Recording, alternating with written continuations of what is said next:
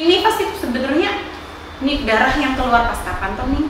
Yang keluar setelah sempurnanya melahirkan. Jadi setelah bayi keluar nih. Maka dari situ kalau dia punya yakin, saya masih punya batas sholat, wajib batas sholat. Sampai kapan nih?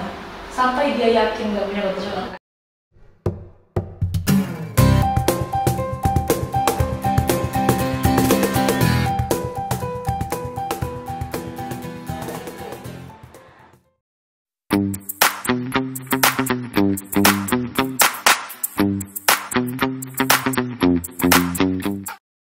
Assalamualaikum warahmatullahi wabarakatuh.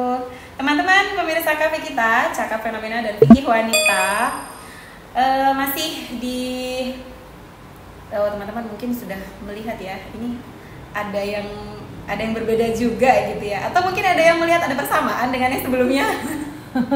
Oke, teman-teman, jadi karena sepertinya yang sebelumnya kita kan sudah banyak ngobrol dan bahkan waktu itu kita sampai offset dari waktunya, tapi sebenarnya banyak sekali hal yang masih belum terbahas. Maka hari ini sepertinya saya merasa punya hutang dengan teman-teman semuanya. Kita tetap membahas hari ini tentang fikih wanita, masih di bab tentang haid, tapi mungkin haid kita beri sedikit dispensasi untuk kita pinggirkan dulu. Kita sekarang bahas lebih ke nifas. Nah, ini ya. Nifas, jadi tolong ibu-ibu stay tetap ada di sini ya, di channel kita. Tetap dengan Ning cantik kita, Ning Syil Hasina. Ketemu lagi. Alhamdulillah. Dengan suasana yang lebih fresh. Hijau dan biru. Oke, tapi kita tidak saling ini kan menunjukkan partai masing-masing, bukan? Aman nih. Mana ada partai biru muda gitu. Oke, Ning, hari ini kita bahas nifas. Ya, siap. Nifas. Siap. Mulai banyak ibu-ibu muda sepertinya, jadi mungkin kita harus mulai membahas ini Ning lebih detail. Ning, nifas itu sebenarnya darah yang keluar pas kapan toh Ning? Kan ada tuh ya darah yang keluar setelah bayi keluar, atau bolehkah atau diartikankah nifas itu setelah hari-harinya keluar? Jadi nifas sebenarnya kapan? Yang keluar setelah sempurnanya melahirkan. Jadi setelah bayi keluar nih. Oh, setelah sempurnanya kelahiran bayi. Okay. Jadi setelah bayi melahirkan sudah langsung dihukum. Jadi setelah bayi lahir sudah langsung dihukum nifas. Iya. Kadang kan hari-hari kadang ada yang lama kemudian ya itu tidak terpengaruh dan tidak menjadi syarat sebagai nifas. Iya. Gitu. Jadi ketentuan dalam menghitung nifas. Nifas itu ada durasinya gitu ya Ning ya. Iya. Patokannya gimana, berapa hari? Minimalnya 1 detik. 1 detik. Iya nih. Keluar darahnya 1 detik gitu. Majah kalau dalam bahasa Arab. Majah itu sebentar. Oke. Hanya sebentar saja. Itu sudah bisa dikatakan langka banget kayaknya ya Ning ya. Maka ini cuma dialami oleh Sayyidah Fatimah. Bagusnya. Jadi Sayyidah Fatimah itu selama hidupnya nggak pernah haid. Beliau itu keluar nggak pernah haid, Sayyidah Fatimah Zahra. Beliau itu cuma keluar darah ketika nifas melahirkan. Tapi cuma sedikit kok. Setetes doang kalau katanya, majah doang. Majah itu hanya sedikit saja keluarnya darahnya itu. Jadi beliau belas nggak pernah qada sholatnya. Jadi bayi yang keluar itu bersih ya? Bersih, masya Allah. Beliau melahirkan saat ghurubus syafaq, terbenam mega. Syafaq itu mega. Jadi kira-kira waktu isya. Jadi ketika beliau melahirkan, kemudian setelah itu langsung suci, tidak punya qada sholat sama sekali. Makanya beliau julukannya Al-Batul. Al-Batul itu kalau di dalam artinya itu ada yang mengatakan yang selalu beribadah. Ya Allah, berinding saya nih, Allah, masya Allah. Jadi yang paling sedikit itu ya kadarnya 1 majah tadi ya, sebentar saja. Tapi yang paling panjang atau mungkin normalnya? Normalnya 40, maksimalnya 60. Teman-teman kadang-kadang ada yang menganggap maksimalnya 40 ya. Sebetulnya bukan, maksimalnya 60 hari. Normalnya 40 hari normalnya 40. Memang lebih banyaknya biasanya 25 sampai 40 hari gitu ya. Oke, kita sempat di part pertama itu ya, mungkin teman-teman masih ingat ya, mungkin nanti silahkan dibuka-buka lagi terkait dengan darah yang mendampingi nifas ya. Jadi menjelang pembukaan yang berdrama-drama itu kan ada dulu jenengan pernah bilang bahwa darah yang keluarnya sebelum nifas itu ada 2 hukum, bisa dikategorikan haid atau tidak gitu. Betul. Oke, itu bagaimana kategorinya? Kalau keluar disertai dengan rasa sakit, kontraksi, maka bila mana sebelumnya dia sudah keluar darah dan memenuhi hukum haid 24 jam, maka darah yang keluar saat kontraksi juga hukumnya haid. Tapi kalau sebelumnya tidak keluar darah yang memenuhi syarat haid, jadi belum haid sebelumnya, ya keluar darahnya pas kontraksi saja, maka seberapapun darahnya hukumnya adalah darah fasad. Darah fasad. Kalau darah fasad berarti tetap harus sholat. Betul, harus puasa, sholat. Betul. Oke, jadi teman-teman kalau dulu menganggap darah yang sebelum melahirkan itu adalah darah, dianggap adalah darah yang tidak apa-apa lah, rukhsah saja. Jadi ini harus diperhatikan ya, tolong dihitung lagi nih ya. Sholat semampunya nih, sholat semampunya, harus sholat semampunya. Kalau memang masih mampu sholat, harus sholat. Jadi meskipun misalnya nih ya, setelah nonton podcast kita ya, yang baik yang part 2 atau part 1 atau part sekarang ini, misalnya teman-teman, oh aku berarti salah kaprah dong menghitung selama ini, misalnya haidku kalau misalnya selama belum 15 hari masih terhitung haid. Nah padahal kan beda seperti penghitungan yang kemarin. Itu kalau misalnya dia salah kaprah, ternyata selama ini yang dianggap haid itu adalah istihadoh, atau misalnya menganggap sebagai darah fasad itu sebagai darah yang haid misalnya, berarti dia kodoknya bagaimana? Jadi semisal nih, kalau menganggap darah istihadoh sebagai haid yang bahaya nih, kan berarti darah istihadoh sebagai haid, mestinya dia wajib sholat, ternyata dia nggak sholat. Nah itu dia. Maka dari situ kalau dia punya yakin, saya masih punya qada sholat, wajib qada sholat. Sampai kapan ini? Sampai dia yakin nggak punya qada sholat lagi. Aduh. Agak berat ya ini ya. Harus dihitung ya gimana ya. Tapi kalau misalnya memang ada rukhsah nggak nih? Ada rukhsah nggak apa-apa lah, dihitung segini aja lah misalnya qada sholatnya. Masih belum ditemukan nih di dalam kitab-kitabnya. Oke, teman-teman, jadi tolong diperhatikan ya ini. Yang penting yakin belum udah nggak punya qada sholat. Kalau masih belum sebanyak-banyaknya ini ya. Ya, maka masih harus qada begitu nih. Oke. Pentingnya nyatet nih. Makanya dari itu dicatat. Setidaknya kan kalau punya catatan kan kita bisa lihat lagi hukumnya gimana gitu. Pentingnya mencatat darahnya keluar kapan, berhentinya kapan. Oke. Terus mengenai jadi tadi ya kembali ke 24 jam darah yang keluar meskipun tanpa sakit dan sebagainya. Ini ada kemarin komentar di YouTube kita. Ada atas nama siapa ini? Tak tahu, saya Faizul itu ya. Saya mau lahiran keluar darah merah berlendir. Dicek sudah pembukaan 1. Tapi keluar darahnya selama 11 hari dan dicek masih mandek di pembukaan 1. Rasanya sakit luar biasa. Apakah darah tersebut haid atau istihadoh? Tetap istihadoh karena darahnya pas baru keluar itu memang sudah ada rasa sakit. Jadi darah yang kontraksi kalau memang tidak sebelumnya belum haid, maka namanya darah fasad. Jadi 11 hari itu tetap dihukumi sebagai istihadoh. Iya betul. Dan harus bukan harus qada nih, harus sholat nih. Harus sholat. Tapi kalau kemarin nggak sholat gimana?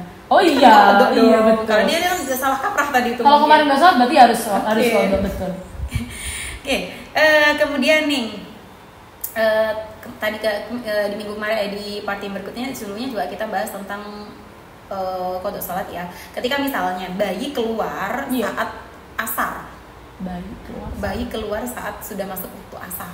Nah ini bagaimana? Berarti sholatnya yang diqada adalah sholat yang asar saja atau dengan zuhur? Ini dia berarti kan pembahasan kita tentang datangnya nifas ini ya. Betul ya. Keluarnya darah ya. Datangnya darah nifas. Jadi kalau permasalahan darah nifas ini nih, kalau datangnya darah nifas atau darah haid sama saja. Jadi kalau dalam waktu sholat, kemudian sudah melewati waktu sholat yang cukup untuk digunakan sholat secara sempurna. Sempurna ya? Secara sempurna itu maksudnya wajib saja. Jadi bukan yang kalau misalnya baru adzan terus keluar haid gitu atau keluar itu enggak ya, berarti masih enggak harus sholat gitu ya. Jadi batasannya ketika masuk waktu sholat, kemudian sampai masuk tersisa waktu, bukan tersisa ya namanya, melewati waktu yang bisa melakukan sholat seringan mungkin. Seringan mungkin. Jadi sempurna tapi seringan mungkin. Kemudian dia belum sholat, ternyata sudah datang haid atau sudah datang nifas, maka berarti wajib qada sholat. Wajib qada sholat saat itu saja. Sholat sebelumnya, sholat setelahnya tidak perlu diqada. Tadi kan bayi keluar ketika masuk waktu asar, maka berarti kalau semisal keluarnya bayi ini pas waktu asarnya sudah melewati waktu yang cukup untuk sholat seringan mungkin, maka berarti wajib qada asar.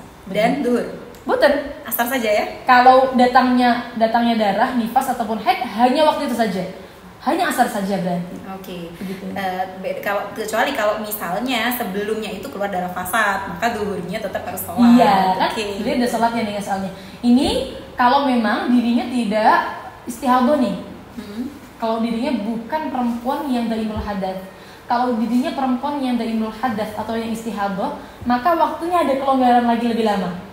Jadi kan kalau tadi kan waktunya waktu sholat sedingan mungkin. Oke. Kalau dia perempuan yang daimul hadas, maka waktu sholat dan bersuci. Jadi kalau memang sudah terlewati waktu yang bisa cukup untuk digunakan sholat dan bersuci, kok dia belum sholat, maka baru wajib qadha. Kalau memang dia daimul hadas. Jadi misal tadi kan kasusnya dia sudah kontraksi nih, kontraksi darahnya istihadah, darahnya kan darah fasad, berarti kan istihadah ya ininya. Maka berarti kalau keluarnya bayi melewati waktu yang cukup digunakan sholat dan bersuci, baru wajib qadha. Begitu. Tapi untuk darah fasad yang keluar di pembukaan itu kan berlanjutan, Neng. Berkelanjutan, berarti kita harus sholat. Iya. Berarti kewajibannya seperti istihadah berarti. Bagaimana sholatnya berarti? Berarti gini nih, ada beberapa tahapan nih orang kalau mau sholat dalam keadaan darah keluar terus menerus. Tahapan yang pertama, dia harus istinja membersihkan depan dan belakang. Kemudian setelah itu meminimalisir darah yang keluar. Ada dua cara. Yang pertama disumbat dengan kapas atau semacamnya di area dalam nih. Jadi area yang tidak nampak saat duduk jongkok. Saat membersihkan. Saat duduk jongkok, iya. Jadi harus dimasukkan ke dalam. Masukkan ke dalam. Kemudian setelah nggak cukup pembalut ya nih? Nggak cukup. Sebentar nih, nanti pembalut setelah ini. Ini disumbat dulu nih di area yang sampai area yang tidak nampak saat duduk jongkok. Agak ke dalam nih. Masukkan ke dalam. Setelah itu baru nanti step kedua.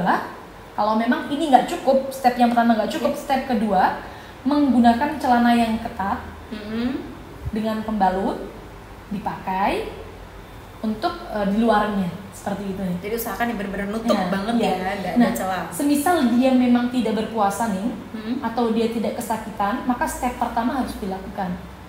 Step pertama tadi yang menyumbat itu ya. Kalau dia berpuasa maka tidak perlu langsung step kedua. Pakai celana ketat sama pembalut cukup. Tapi kalau atau dia kesakitan sekali. Mohon maaf, kalau misalnya untuk yang belum pernah melahirkan? Nah, ini dia. Kalau semisal saya nyumbat itu keperawanannya takut bedah gimana gitu nih ya kan. Perawan itu kan banyak takutnya gitu nih ya. Bolehlah kita ikut yang kedua. Nah, ada dawuhnya Masyayikh Al-Azhar nih, namanya Syekh Yusri. Beliau tuh mendawuhkan kalau bikar perawan itu langsung step kedua saja. Jadi pakai pembalut dengan catatan celananya ketat. Iya.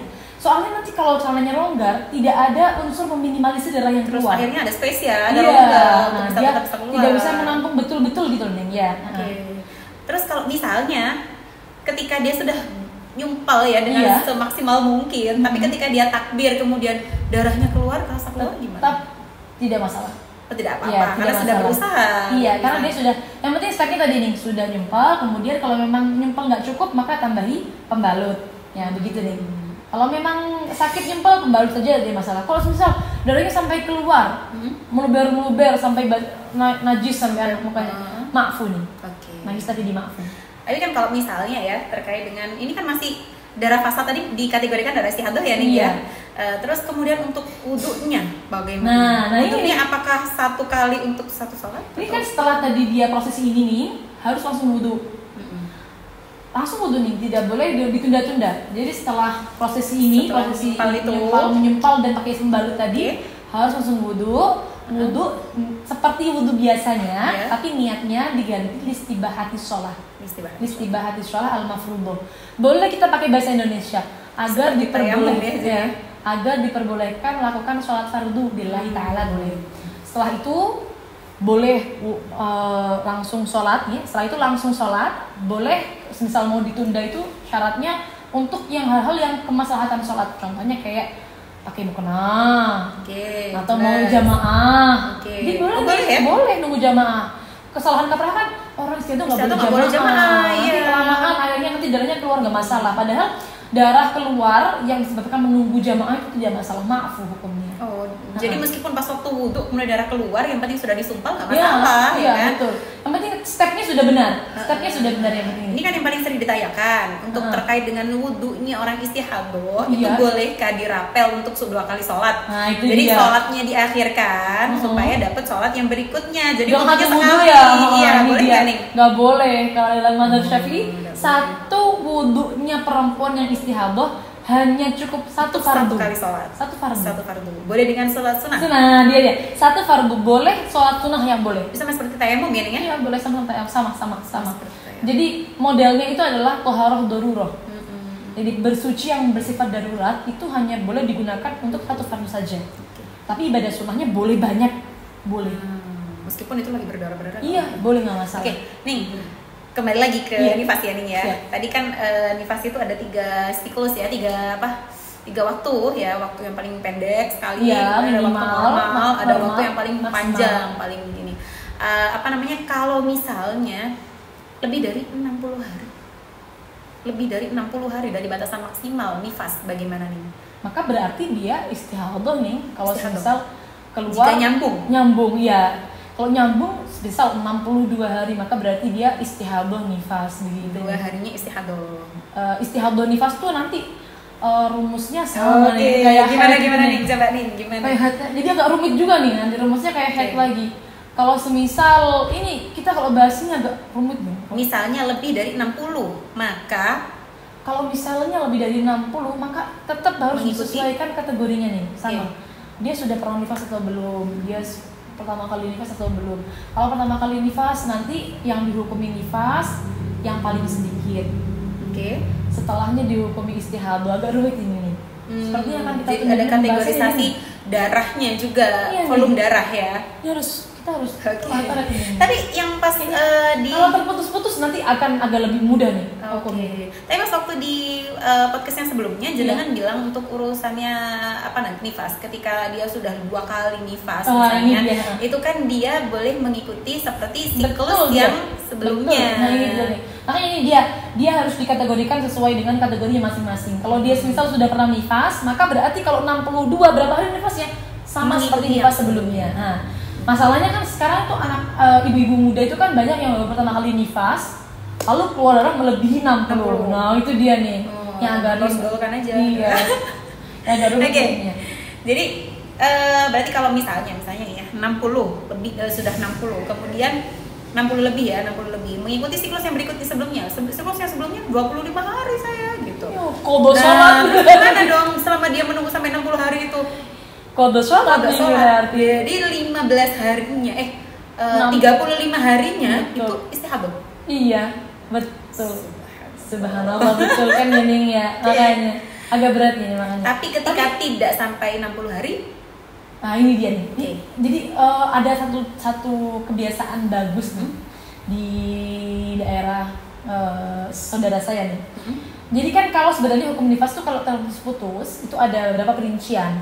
Kalau terputusnya di dalam 60 hari, maka darah pertama menuju darah kedua agar dihukumi haid berhentinya harus 15. oke, berhentinya harus 15. Jadi Itu darah dia. pertama nifas, kalau darah keduanya ini mau dihukumi haid, kalau masih dalam lingkup 60, ini berhentinya harus 15 hari.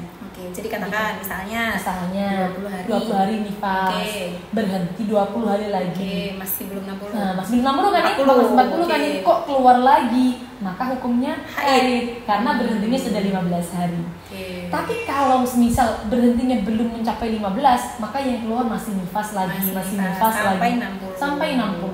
Tapi semisal 60 ini berhenti nih. Setelah 60 Mandek. berhenti. Kemudian 1 jam kemudian Keluar keluar darah darah lagi. maka sudah bisa dihukumi haid. Ini dia. Enaknya di sini nih Iya, kalau iya. ada berhenti ini bisa memudahkan hukum. Yang penting ada jeda ya nih, ada Jeda. jeda. Ha-ha. Jedanya tuh sampai berapa waktunya? Jedanya itu nggak ada minimalnya, nggak ada maksimalnya. Jadi walaupun hitungan detik atau menit Detik juga nggak apa-apa. Detik Langsung misal haid. langsung haid. Pokoknya jeda. Antara yang di dalam 60 sama di luar 60 nggak nyambung, ini sudah bisa beda hukum. Yang penting ada jedanya. Jadi ada kebiasaan nih kalau di dalam pondoknya saudara saya itu nih, kalau mau 60 kok darahnya masih agak keluar gitu nih. Jadi sebelum nyampe 60 itu aktivitas diberhentikan. Kayak semisal tidak terlalu forsir badan supaya tidak pendarahan bancar lagi. Begitu nih. Supaya nanti bisa kena jeda. Pas 60 berhenti, sehingga ketika sudah 60 berhenti dia sudah bebas. Bisa haid. Mau aktivitas lagi monggo, karena keluar lagi darah pasti haid juga. Oh gitu nih. Ini tips ya, teman-teman bisa tips ya untuk, ini di ibu-ibu. Untuk ibu-ibu muda jelasnya. Jadi kalau mau makan 60 kurangnya aktivitasnya. Karena kalau ibu-ibu sepuh biasanya pengalamannya lebih banyak. Atau didampingi dengan ibu mertua biasanya masih banyak tips and triknya. Iya betul. Oke.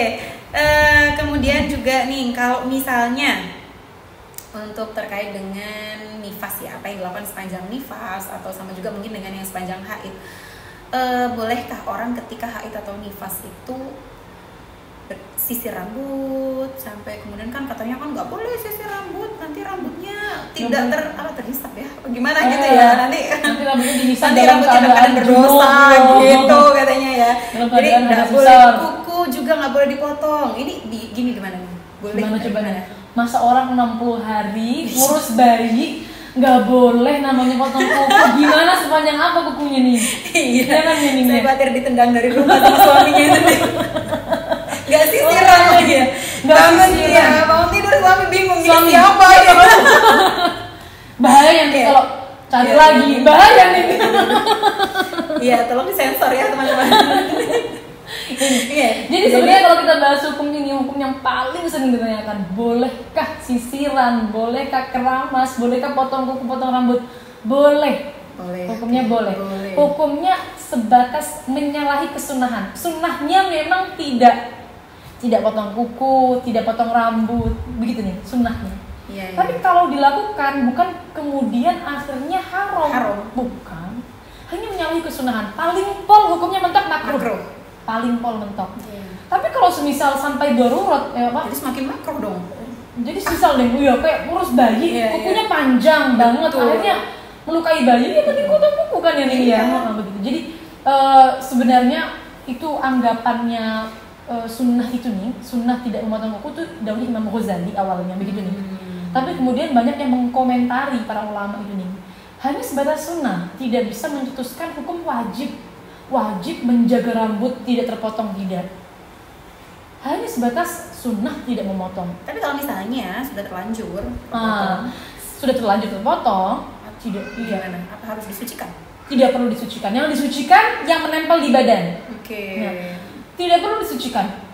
Biasanya orang-orang kalau di desa-desa itu nih dikumpulin rambutnya benar, kukunya dikumpulin. Nanti kalau mau disuci dicariin, disuciin bareng. Enggak, itu tidak ada salah kaprah ya. Di dalam syariat tidak ada itu. Jadi mengumpulkan rambut dan kuku itu sebenarnya dianjurkan untuk perempuan. Itu bukan dalam rangka dia nifas, bukan dalam rangka dia haid juga bukan, tapi karena dia wanita. Wanita adalah aurat. Rambut adalah aurat. Yang keluar bahkan yang terpotong yang dari dia masih aurat. Jadi dianjurkan untuk dikumpulkan lalu dipendam. Seperti itu. Berarti kalau potong rambut di salon gimana? Nah itu dia, nyatanya kan perempuan setiap harinya tidak merawat rambutnya nih, tidak merawat potongan rambutnya, tidak merawat potongan kukunya. Jarang kan ya seperti ini yang melakukan seperti potong rambut di salon kita ngambil dulu. Iya, minta rambutnya nanti diambil ya Mbak, saya ambil nanti dipendam. Begitu nih. Jadi termasuk kayak manicure gitu. Tolong ya kukunya nanti saya ambil, saya mau pendam gitu. Jadi bukan karena haid ya ini ya. Bukan karena aurat. Karena auratnya. Jadi nggak perlu disucikan. Yang disucikan yang mana? Yang ada di badan. Oke. Betul. Terus ini nih ya juga terkait dengan problem puasanya orang yang nifas dan pembukaan nifas. Ini gimana? Jadi pembukaan melahirkan. Ya, jadi saat pembukaan melahirkan apakah juga kewajibannya sama dengan sholat atau pribadi? Sama nih, misal dia pembukaan itu memang belum diawali haid, maka berarti kan darahnya fasad ya Ning ya. Kalau memang sebelum pembukaan belum haid kan fasad berarti darahnya. Jadi ya tetap maka harus wajib puasa. tetap puasa juga. Kalau kuat nih. Tapi misal nggak kuat, nanti masuknya bukan karena dia pembukaan, tapi karena orang sakit. Orang sakit kan tidak wajib berpuasa, begitu nih. Jadi masuknya tidak puasanya itu bukan karena dia dalam keadaan mengeluarkan darah, bukan, tapi karena dia sakit. Maka kalau sakit boleh tidak berpuasa. Atau juga nanti kalau sakit kan misal dia berpuasa tidak ada kekuatan ngeden tuh nih. Oke. Ya, jadi harus ya nggak apa-apa untuk tidak berpuasa. Oke, terkait dengan hal-hal yang tidak diperbolehkan saat nifas ataupun haid. Kan ketika nifas itu kan panjangnya nih ya. Iya. Padahal kita ketika mau menyusui anak, kita kan kepengennya sambil ngaji atau gimana gitu kan. Boleh nggak ketika kita nifas itu murojaah ngaji? Jadi kalau murojaah itu nih kalau masalah membaca Al-Quran ini ya, membaca Al-Quran itu haram hukumnya untuk perempuan yang sedang haid atau nifas atau yang hadas besar kalau memang niatnya membaca.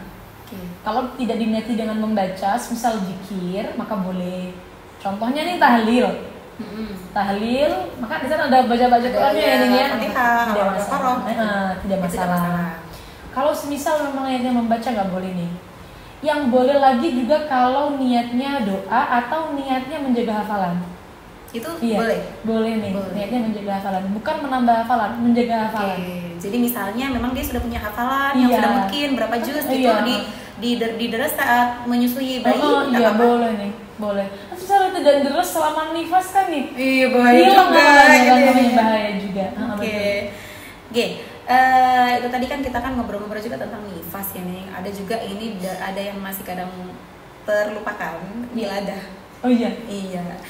Ini kan kalau misalnya kita mengacu dari ibu-ibu mungkin ya para leluhur sesepuh itu kan setelah melahirkan mandi gitu kan. Mandi wiladah gitu. Padahal kan kita posisinya lagi berhadas. Itu gimana? Mandi wiladah terus kapan? Mandi wiladah itu kalau kita posisi dalam keadaan nifas, mandi wiladahnya pas saat suci nifas bareng. Oh, setelah suci nifas. Iya. Berarti bukan kan kaprahnya gitu. Wiladah itu setelah melahirkan, langsung mandi gitu. Kalau memang dalam keadaan hadas besar, apa yang mau dihilangkan kan? Iya. Logikanya gini, orang wiladah mandi hadas besar. Dia masih hadas besar nifas, apa yang mau dihilangkan hadasnya? Itu dia nih. Justru malah kalau dia tahu haram nih, kemudian dia mandi wiladah betul karena menghilangkan hadas besar, haram sampean nih hukumnya. Jadi bersuci dalam keadaan hadas, karena mempermainkan ibadah gitu. Mempermainkan ibadah. Satu lagi mungkin penutup dari saya nih, saya kepengen juga ini banyak teman-teman muda ini terutama yang selalu bertanya tentang keputihan. Iya. Keputihan itu hukumnya gimana? Najis kah? Bagaimana cara memperlakukannya? Dan apakah ketika dia keputihan yang keluarnya menyertai haid atau menyertai nifas misalnya? Keputihan itu sebenarnya khilaf hukumnya nih. Hukumnya ada yang bilang jadi keputihan itu kan ada yang warnanya keruh, kuning, bening ya nih ya, bening. Kalau bening itu diperinci nih hukumnya. Agak rumit ini, diperinci nih hukumnya kalau yang bening. Keluar dari area zahir, hukumnya suci. Yang bening nih ya. Zahir itu berarti yang nampak saat duduk jongkok. Suci. Keluar dari area yang terjangkau saat bersenggama, itu hukumnya suci. Itu khilaf, tapi yang kuat suci, namun membatalkan wudhu. Oh jadi kayak mani itu suci? Mani baju suci. Kok kena mani? Mani suci nih. Yang bikin nggak suci itu bukan maninya, tapi biasanya kan kalau mau keluar mani disertai pertama kali keluar wadi. Ya, yang cairan licin itu nih. Nah itu dia. Yang bikin najis itunya nih. Kalau mani doang suci. Mani itu suci. Nah, kalau keluarnya keputihan dari area yang terjangkau saat bersenggama, itu hukumnya suci, tapi membatalkan wudhu. Kalau dari dalam lagi hukumnya najis. Nah, biasanya yang dari dalam itu bisa ditandai dengan warnanya kuning keruh. Jadi kalau kuning keruh, najis lah kita hukumnya, najis. Kalau semisal putih, misal dia ragu, yang putih ini keluar dari mana? Maka boleh kita hukumnya suci. Ragu hukumnya suci. Kalau yang putih nih, tapi kalau yang kuning keruh ini ada indikasi keluar dari dalam begitu. Jadi hukumnya najis. Nah, nanti ini haid bukan? Haid bukan, keputihan itu haid bukan. Enak ini nih, ikut kita ulama ya, kita kontemporer ikut enak aja deh gimana keputusannya. Ada hukumnya ulama kontemporer seperti ini nih. Kalau keputihan itu mengiringi darah haid, pasca haid ya. Pasca, okay. Maka hukumnya haid. Oke, nah haid. ini. Kalau tidak mengiringi, bisa jadi keluar sebelumnya atau keluar setelah bersih. Setelah sudah mandi suci. Sudah mandi suci, keluar lagi warna kuning keruh tadi itu. Maka bukan haid. Sebelum haid keluar kuning keruh, maka bukan haid. Kalau keluarnya coklat, tentu sudah haid nih. Ada pertanyaan kayaknya kemarin nih di YouTube saya baca itu nih. Saya tuh kalau mau haid keluar cairan coklat sedikit, keluar cairan merah sedikit, sudah mulai haid belum? Sudah. Kan warna darah ada 5 ya nih. Warna darah hitam, merah, coklat, kuning keruh. Kuning keruh. Bening bukan warna darah nih. Nah, kalau warnanya hitam, coklat, merah, ini pasti warna darah, pasti haid. Tapi kalau kuning dan keruh ini tadi yang khilaf. Ada yang bilang haid, ada yang bilang bukan. Makanya kalau tadi misal sebelum haid kok keluar cairan kuning dan keruh, maka bukan haid. Ikut yang pendapat yang mengatakan bukan haid. Iya, ya lebih baik kita tetap katakan belum haid lah, kita tetap sholat daripada kita bilang ini belum haid tapi ternyata ini kita kodok gitu kan, jadi tetap sholat aja ya pas waktu keluar yang cairan kuning keruh belum haid nih. Kita ikut pendapat ulama kontemporer aja nih. Belum haid tetap sholat kan? Tetap sholat, iya betul, tetap sholat. Termasuk misalnya untuk nifas juga sama ya. Jadi kalau misalnya mengiringi setelahnya nifas, itu nggak masalah. Tetap dihukumi nifas. Kalau sudah bersih betul, maka berarti setelahnya kok keluar lagi baru dihukumi suci. Ya, bukan nifas begitu. Tapi untuk urusan yang sholatnya pripun? Sholatnya ada kekhususan seperti istihadah? Kalau memang continue nih keluarnya, maka sama seperti orang istihadah tadi sama.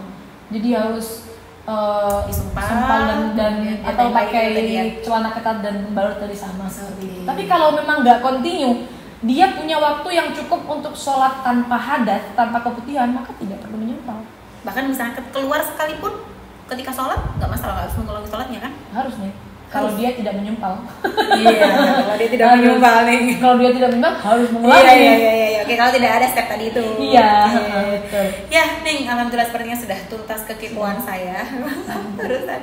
Ini terkait dengan haid. Ini kita sudah beberapa part, ini 3 kali part ini ya. Sepertinya dulu kita ada teaser awal. Waktu itu teman-teman animenya besar sekali nih. Kapan part 2-nya? Masya Allah. Karena memang yang menerangkan itu memang cantik luar dalam itu, jadi memang kita nggak ada bosannya barangkali begitu. Oke, baik Ning, terima kasih sekali untuk hari ini, terpuaskan sekali kepo saya dan juga teman-teman, mungkin saya kira begitu. Tapi sekali lagi teman-teman, kalau misalnya memang ada pertanyaan yang belum tuntas di part kita ini, silakan langsung ke komentar di YouTube Kopi Panas Channel. Oke, terima kasih Ning Sheila, terima kasih sekali. Semoga bertemu di part berikutnya. Kita bahas apa lagi? Mungkin bahas yang receh kali ya Ning, supaya tidak tegang terus gitu. Pembahasannya mau membuat berpikir. Silakan tulis juga ya teman-teman di komentar di YouTube, pengen bahasan apa sih sama Ning Sheila gitu. Siap. Oke, terima kasih. Wassalamualaikum warahmatullahi wabarakatuh. Waalaikumsalam warahmatullahi wabarakatuh.